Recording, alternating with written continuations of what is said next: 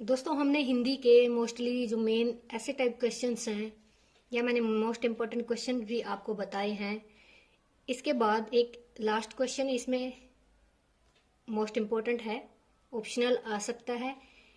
First sem के जो छात्र हैं उनके लिए भी, और जो प्राइवेट हैं डिस्टेंस से कर रहे हैं, चाहे के यू के है या फिर एमडीयू है, सी एस यू, किसी से भी यूनिवर्सिटी से भी कर रहे हैं, तो ये मोस्ट इम्पोर्टेंट क्वेश्चन है और ये हर बार आता ही है, ऑप्शनल है, बहुत ही आसान भी है। इसके साथ साथ आपको ये पूरे नंबर भी देगा अगर आपको इस तरीके से अटेम्प्ट करेंगे और मेन जो इम्पोर्टेंट चीजें होती हैं वो इसमें डालेंगे तो। ठीक है, चलिए हम वीडियो को ज्यादा लंबा न करते हुए वीडियो को अभी शुरू करते हैं। ओके, काव्य के स्वरूप और तत्वों का वर्णन कीजिए। अलग अलग भी आ सकता है तो आप इसको अलग अलग भी कर सकते हैं, 5 नंबर में आएगा। और इस हिसाब से अगर ये इकट्ठा आता है तो ये 8 नंबर या 6 नंबर के हिसाब से आएगा। तो इसको आप अच्छे से यहाँ से देखिए और सीखिए और समझिए।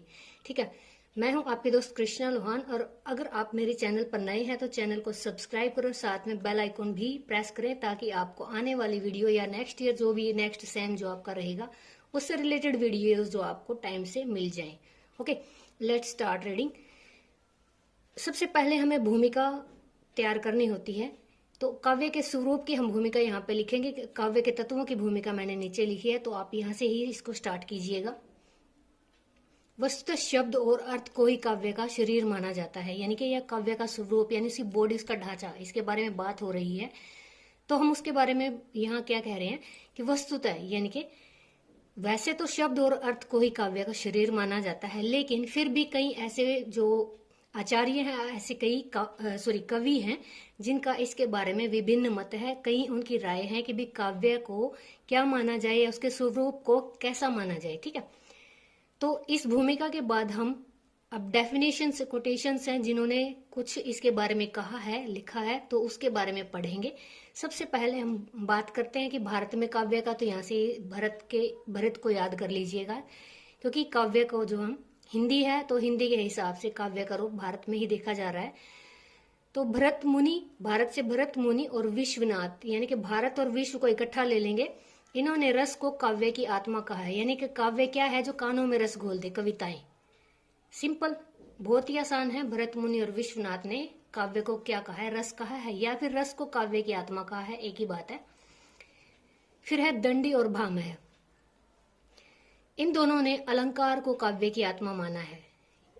अलंकार के किस तरह से माना है कि जब अगर काव्य में मेनली तो काव्य में ही अलंकार का प्रयोग किया जाता है, रस छंद का प्रयोग किया जाता है। अगर अलंकार से उसको सुशोभित ना किया जाए तो काव्य जो है अपना वो रूप दे ही नहीं पाता है। ओके, तो दंडी और भाम यानी कि द और भ ने अलंकार को काव्य की आत्मा माना है। आप किसी भी ट्रिक से याद कीजिए, पाश्चात्य आचार्यों ने, यानी कि जो वेस्टर्न जो पोइट्स हैं या जो वेस्टर्न ग्रामेटिकल जो फिलोसफर्स हैं, उनके हिसाब से काव्य को इसके चारों तत्वों पर आश्रित माना गया है। यानी कि काव्य जो है, चार जो इसके कंटेंट हैं उसके ऊपर ये डिपेंड करते हैं। शेक्सपियर ने कल्पना को महत्व दिया है। अब शेक्सपियर को आप जानते हैं, आपकी इंग्लिश की बुक में है। इन्होंने क्या कहा है कि इमेजिनेशन ही ज्यादा जरूरी है किसमें, काव्य में। और वुड्सवर्थ भी कवि हैं, इन्होंने भाव को प्रधानता दी है, यानी कि इमोशंस ज्यादा जरूरी हैं पोइम में। अब आचार्य रामचंद्र शुक्ल ने क्या कहा है कि रागात्मक तत्व ही काव्य में ज्यादा प्रधानता रखता है। यानी कि रागात्मक क्या है, जैसे रागात्मक क्या होता है कि जैसे राइमिंग वर्ड्स।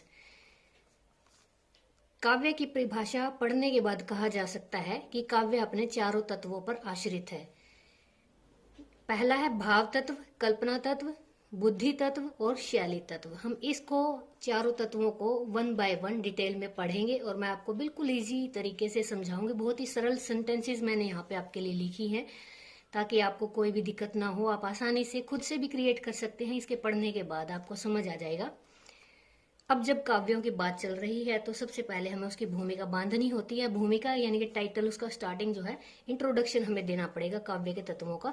4 काव्य के तत्व यहाँ पे मैंने आपको यहाँ ऑलरेडी बता दिए हैं। अब इसमें है अभिव्यक्ति और अनुभूति का प्राय समान महत्व होता है। यानी कि काव्य में आप ये खुद भी देख सकते हैं, जो काव्य यानी कि पोइम होती है, अगर वो इमोशंस पर आधारित ना हो या फिर उसको एक्सप्रेस ना कर पाए, अपनी फीलिंग उसके द्वारा, इमोशंस उसके द्वारा हम एक्सप्रेस ना कर पाए, तो उसकी जो है महत्व इतना नहीं रहता। यानी कि एक्सप्रेस क्या है यहाँ पे है अभिव्यक्ति, और अनुभूति क्या है इमोशंस, उसको एहसास करना। ठीक है, इन दोनों का ज्यादा महत्व होता है किसमें, काव्य में। अनुभूति अभिव्यक्ति के बिना विहीन हो जाती है, और जो अभिव्यक्ति है वो अनुभूति के बिना विहीन हो जाती है। यानी अब आप एक बात देखिए, अगर आप किसी भी पोइम को लिख रहे हैं, कविता है, रागात्मक कविता है, अगर आप उसमें किसी को भी अभिव्यक्त करना चाहते हैं, अगर उसमें आप अपनी इमोशन, उस कंटेंट से रिलेटेड इमोशन नहीं डालेंगे तो उसका महत्व नहीं रहेगा। अब ये भी लॉजिक होता है कि कई बार आपने देखा होगा, जो कुछ स्टोरीज हैं या फिर कुछ, आप बुकिश नॉलेज ही लगा लीजिए, कि कई बच्चे ऐसे होते हैं जो बुकिश नॉलेज को भी सॉन्ग्स के द्वारा, यानी कि उनको सॉन्ग्स के तरीके से बोलकर याद करते हैं, तो वो मैच नहीं बैठता उस चीज का, यानी कि वो एक तरह से महत्व यानी कि रस खो देता है। इसी तरह से इन्होंने कहा है कि अगर अभिव्यक्ति अनुभूति, ये दोनों ही चीजें एक दूसरे पर डिपेंड करती हैं। अगर हमारे काव्य में अनुभूति ना हो तो अभिव्यक्ति अपना मान खो देती है, और अभिव्यक्ति ना हो तो अनुभूति अपना सम्मान खो देती है। ठीक है, कविता सब सुखाए नहीं होती, यानी कि कविता क्या होती है, जो लिखता है कवि उसके लिए ही नहीं होती है, यानी वो अपने लिए नहीं लिखता सब सुखाए, यानी कि उसके स्वयं के सुख के लिए नहीं होती है। ये किस लिए होती है कि इसमें कवि और पाठक का सुख और आलोचना महत्व रखती है। इसमें जो हम पढ़ रहे हैं, मान लो कि हम कोई कविता पढ़ रहे हैं, तो हम उससे रिलेटेड अपने फीलिंग्स, यानी कि जो अपने कंटेंट से रिलेटेड या अपनी पसंद के हिसाब से तो कविता हम पढ़ेंगे जो हमें अच्छी लगेगी। ऐसा तो है नहीं कि भी हमें पसंद है कोई फिल्मी कविता या शेर व शायरी पसंद है और हम चले हैं यहाँ पे कोई किसी का लिखा गया आर्टिकल पढ़ने, ये चीजें नहीं होती हैं। तो इसमें कवि और पाठक दोनों का सुख देखा जाता है, या जो आलोचक होते हैं उनका भी महत्व इसमें सबसे ज्यादा जरूरी होता है, कि आलोचक भी कई बार देखा जाता है, जैसे कि शेक्सपियर को उसको कालिदास को भारत का शेक्सपियर बोला जाता है। तुलना की गई है क्योंकि दोनों की शैली जो एक ही है, इंग्लिश और हिंदी मायने नहीं रखते, लेकिन लिखने का तरीका और जो भाव व्यक्त करने का तरीका है वो दोनों का एक ही है। तो इस तरह से अब भाव तत्व इसका पहला कंटेंट है। भाव तत्व में क्या है, भाव तत्व काव्य का प्रधान तत्व है, यानी कि सबसे पहले जरूरी है कविता लिखने के लिए कि इमोशन से जुड़ा हुआ होना चाहिए। इसमें राग तत्व की संज्ञा भी दी जाती है, यानी भाव तत्व को राग तत्व की संज्ञा दी जाती है, इनके इमोशंस का बहाव, फ्लो। ओके, यह काव्य में सबसे ज्यादा प्रभाव उत्पन्न करता है, यानी कि कविता अगर इमोशनल या इमोशन से ना जुड़ी हो तो वो अपना महत्व खो देती है। यह कवि की कल्पना का प्रेरक होता है, यानी कि भाव, जो इमोशंस होती हैं वो प्रभावित करती हैं, किसको करती हैं, कवि को, और उसको प्रेरित करती हैं। छंद और शब्द प्रभाव को बताने वाला होता है, यानी कि कल्पना, कवि की कल्पना को प्रेरित करती हैं, जिससे कि उसमें छंद और शब्द प्रवाह को वो अच्छे से डिफाइन कर पाता है। यह पाठक और श्रोता की रुचि को बढ़ाता है, यानी जो पाठक यानी पढ़ने वाला है और श्रोता जो सुनने वाला होता है उसकी रुचि को ये क्या करता है, बढ़ाता है। यानी कि जब जिस हिसाब से भी श्रोता इनको पढ़ता है उस हिसाब से उनकी रुचि इनमें बढ़ती है। शब्द, अर्थ और कल्पना भावों को वास्तविक रूप प्रदान करने में सहायक है।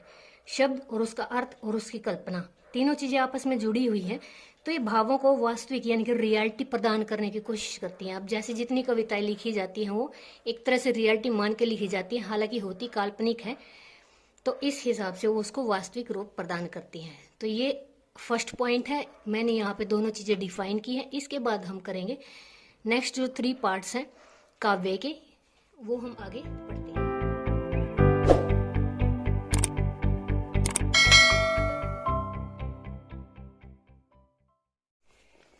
सेकेंड है इसमें फ्रेंड्स कल्पना तत्व, यानी कि इमोशनल तत्व को क्या बोलेंगे, कंटेंट बोल सकते हैं, फैक्ट बोल सकते हैं, एलिमेंट बोल सकते हैं।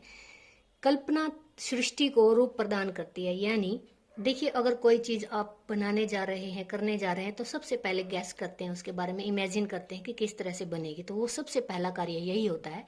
पूरी सृष्टि का निर्माण ही कल्पना के आधार पर हुआ है। जीवन के विभिन्न रूपों को वास्तविकता में प्रस्तुत करना कल्पना का कार्य है, यानी कि जीवन के जितने भी रूप होते हैं, अच्छे हैं, बुरे हैं या फिर किसी भी तरह के हैं, तो उनको प्रस्तुत करना सिर्फ कल्पना ही करती है, उनको प्रेजेंट ही कल्पना करती है। निराकार वस्तु और भावों को आकार देना। अब जैसे कि हमें यह पता नहीं है कि भगवान जी कैसे दिखते हैं, तो निराकार ही हुए वो। तो निराकार वस्तुओं को और फिर भावों को आकार देना कल्पना करती है, चित्र में बनाती है, यानी उन चीजों को, जैसे हमें भगवान का नहीं पता कैसे है तो उनके चित्र भी बनाए गए हैं। और चरित्र और पात्र को साक्षात करना, जिस तरह से उनके चरित्र हैं या जो उनके कैरेक्टर्स हैं उनको साक्षात करना, उनके द्वारा जो अभी रामायण जो है, जिस तरह से महाभारत बनी है तो उनके चरित्रों को आकार दिया गया है, चित्र में बनाया गया है, या फिर उनको साक्षात किया गया है जो सीरियल्स आते हैं टीवी पे, और वहाँ की जो जिस टाइम की जो भी घटना हुई है उसको पृष्ठभूमि तैयार कर रहे हैं। पृष्ठभूमि का मतलब क्या है, ग्राउंड देना उसको, जिस तरह से स्टेज वगैरह दिखाई जाती है या फिर जो भी महल वहल बनाए जाते हैं उनके लिए पृष्ठभूमि तैयार की जाती है। भावों को जगाने का कार्य भी कल्पना ही करती है, यानी कि वो जो नाटक वाटक बन गए तो उनमें जो फीलिंग्स डाली जाती हैं, जो उनके डायलॉग्स दिए जाते हैं वो भाव द्वारा ही बोले जाते हैं। ठीक है, यह अनुभूति और अभिव्यक्ति दोनों पक्षों की पुष्टि करता है। कौन करता है, कल्पना तत्व। यानी कि कल्पना तत्व जो है अभिव्यक्ति और अनुभूति दोनों पक्षों की पुष्टि करता है। पुष्टि करने का मतलब यहाँ पे क्या है कि कल्पना, अनुभूति और अभिव्यक्ति दोनों को ही स्थायी तौर पर लेकर चलती है और दोनों को ही सिद्ध भी करती है। थर्ड है बुद्धि तत्व। बुद्धि तत्व अनुभूति और अभिव्यक्ति दोनों के औचित्य। औचित्य क्या होता है कि यहाँ पे जो इसकी बिल्कुल एक तरह से मतलब प्रमाणिकता और शक्ति को अति नहीं बनने देता, यानी कि उसको अत्यधिक रूप से जाने नहीं देता या उसकी गरिमा को खोने नहीं देता। कौन नहीं देता, बुद्धि तत्व। यानी कि जितना जरूरी है उतना ही इसको प्रयोग किया जाता है। इसका कार्य इन दोनों में सामंजस्य स्थापित करना होता है। किसका कार्य, बुद्धि तत्व का। बुद्धि तत्व का कार्य होता है अनुभूति और अभिव्यक्ति दोनों को बराबर मात्रा में लेकर चलना और इनके औचित्य और शक्ति को बनाए रखना, इन दोनों में सामंजस्य स्थापित करना। ठीक है, 3 काम ये हो गए हैं। शब्द प्रयोग और भावों में सही तालमेल यह तत्व ही करता है। यानी कि शब्द प्रयोग किस तरह से करने हैं, कौन से करने हैं और किस तरह से उन शब्दों के द्वारा भावों में तालमेल बनाना है, ये काम कौन करता है, बुद्धि तत्व। यानी काव्य का जो कंप्यूटरीकृत बोल सकते हैं वो बुद्धि तत्व होता है। ठीक है, इस औचित्य, अब ये औचित्य और स्थायित्व के बिना काव्य हास्यपद बन जाता है। यानी कि शब्दों का अगर उचित प्रयोग ना हो तो जो काव्य है वो हास्यप्रद बन जाता है। बुद्धि तत्व इसका संगठन करता है, यानी कि बुद्धि तत्व जो है ऐसे शब्दों और ऐसे भावों को संगठित करता है, उनमें तालमेल बना के रखता है कि काव्य को औचित्य मिल सके, काव्य को प्रमाणिकता मिल सके, उसको बल मिल सके, ना कि उसको हास्यप्रद तरीके से पेश किया जाए या फिर उसकी हंसी उड़ाई जाए। ठीक है, लास्ट हम कर रहे हैं शैली तत्व। अब शैली तत्व का मतलब यहाँ पे क्या है कि इसका अभिव्यक्ति पक्ष से होता है, यानी कि अभिव्यक्ति को किस तरह से प्रस्तुत किया गया है, किस शैली में, किस टोन में प्रस्तुत किया गया है। इसमें मानसिक पक्ष उपस्थित रहता है। यानी कि शैली तत्व क्या, मानसिक पक्ष का मतलब क्या है कि भी शैली अपने हिसाब से जो कवि है उसमें अपनी शैली डालते हैं, जैसे भाषा उसमें जो अलंकार छंद यूज करते हैं उस। कलात्मक पक्ष का मतलब इसमें यह है कि किस तरह से इसमें जो मुहावरे वगैरह है या फिर इसमें किस तरह की सामाजिक या पारिवारिक परिस्थिति है या काल्पनिक परिस्थिति का इसमें प्रयोग किया गया है। इसका कार्य अभिव्यक्ति को सरल और उत्कृष्ट, सरल सिंपल, उत्कृष्ट इसको मीन्स क्या है कि सर्वश्रेष्ठ, और वक्र मीन्स इसको क्या, हॉरिजॉन्टल। हॉरिजॉन्टल का मतलब यहाँ पे क्या है कि कई बार ऐसा होता है राइमिंग वर्ड नहीं बनते कविता में, तो जरूरी नहीं है कि उस हिसाब से चला जाए, यानी रागात्मक, और इसको आकर्षक बनाना भी होता है। काव्य में शैली तत्व का मतलब क्या, सरल, उत्कृष्ट, वक्र और आकर्षक बनाना होता है। अब इसमें निष्कर्ष के रूप में आप क्या लिख सकते हैं, यह वही तत्व है जो आम आदमी व कवि में अंतर स्पष्ट करता है। तो दोस्तों ये 1 लाइन में, 2 लाइन में, जैसा आप चाहें उस तरह से इसका निष्कर्ष डाल सकते हैं कि शैली तत्व भी वही होता है जो एक आम आदमी और कवि में अंतर स्पष्ट करता है। यानी कि किस तरह की क्या शैली आम आदमी द्वारा कविता लिखी जाती है, या होता है कहीं किसी को शौक लेकिन उसको भाषा पर पकड़ नहीं होती है तो वो सिंपल जो शैली है उसमें लिख देता है। जो कवि होता है उसके तो भाषा पर पकड़ होती है, उसको शैली का ज्ञान होता है तो उसको अच्छी तरीके से लिख सकता है। दोस्तों ये क्वेश्चन आपके लिए बहुत ही ज़्यादा इंपॉर्टेंट है। सेल्फ मेड नोट्स हैं और बहुत ही सरल सेंटेंसेस हैं। अगर आपको ये सारी की सारी चीज़ें अच्छी लगती हैं तो आप चैनल पर बने रहिए। नेक्स्ट सेम और नेक्स्ट ईयर के लिए भी मैं आपके लिए बहुत ही अच्छी तरह से कोशिश करूँगी।